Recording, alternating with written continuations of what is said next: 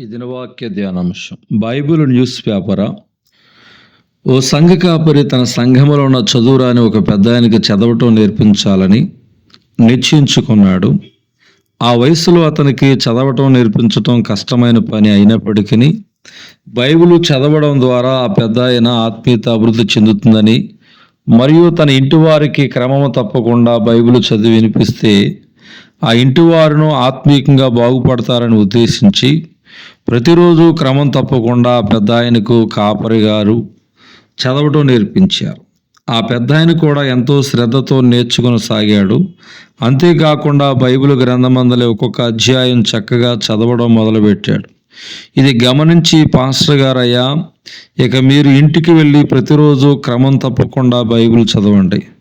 మీ ఇంటి వారికి చుట్టూ ఉన్నవారికి బైబిల్ చదివి వారికి జీవవాక్కును వినిపించండి అని సలహా ఇచ్చి పంపివేశాడు.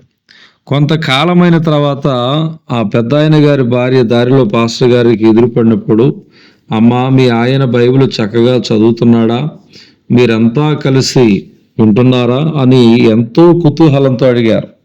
అందుకమయ్యా, మీరెంతో కష్టపడి బైబిల్ చదవాలని మా ఆయనకు చదవడం నేర్పించారు కదా, ఇప్పుడు చాలా బాగా చదువుతున్నాడు. కానీ బైబిల్ కాదు, న్యూస్ పేపర్ ఆయన చదవటం నేర్చుకున్న నాటి నుంచి ఈనాడు పేపర్, వార్త పేపర్, ఆంధ్రజ్యోతి పేపరు, ఒకటేమిటి అన్ని పేపర్లు ఒకదాని తర్వాత ఒకటి చదవటం, ప్రతి ఒక్కరికి వినిపించడం, ఇదే ఆయన గారి దినచర్య అని అంటుండగా పాస్టర్ గారికి నోటి మాట రాలేదు. ఓ పెద్ద ఆయన ఎంత అవివేకి, బైబిల్ చదువుతాడని పాస్టర్ గారు చదవటం నేర్పిస్తే బైబిల్ను పక్కన పెట్టి చెత్తా చెదారంతో కూడిన ఈ లోక వార్తలతో తన హృదయాన్ని నింపుకోవటం, సమయాన్ని వృధా చేసుకోవటం ఎంత మూర్ఖత్వం. అంటే పేపరు చదవటము మూర్ఖత్వం కాదు, కానీ ఆత్మీయ ఆహారమును, ఆత్మీయతను బలపరిచే బైబిల్ను ప్రక్కన పెట్టి జీవజలమును, జుంటి తేనె దారాలను నిర్లక్ష్యం చేసి గంటల గంటల పేపర్ చదవడం లేదా వీక్లీలు ఈ లోక రచనలు, నవలలు చదువుచు వాటిని కాలక్షేపంగా మార్చుకోవడం మాత్రం అవివేకం. ముగింపులో ఒక ప్రశ్న: నువ్వు ఒక సేవకుడవో లేదా విశ్వాసవో అయి ఉండవచ్చు. మరి నువ్వు బైబిల్ ఎక్కువగా చదువుతున్నావా లేక న్యూస్ పేపర్ ఎక్కువసేపు చదువుతున్నావా? న్యూస్ పేపర్ కనిపించకపోతే చిందులు వేస్తావా లేక బైబిల్ కనిపించకపోతే చిందులు వేస్తావా?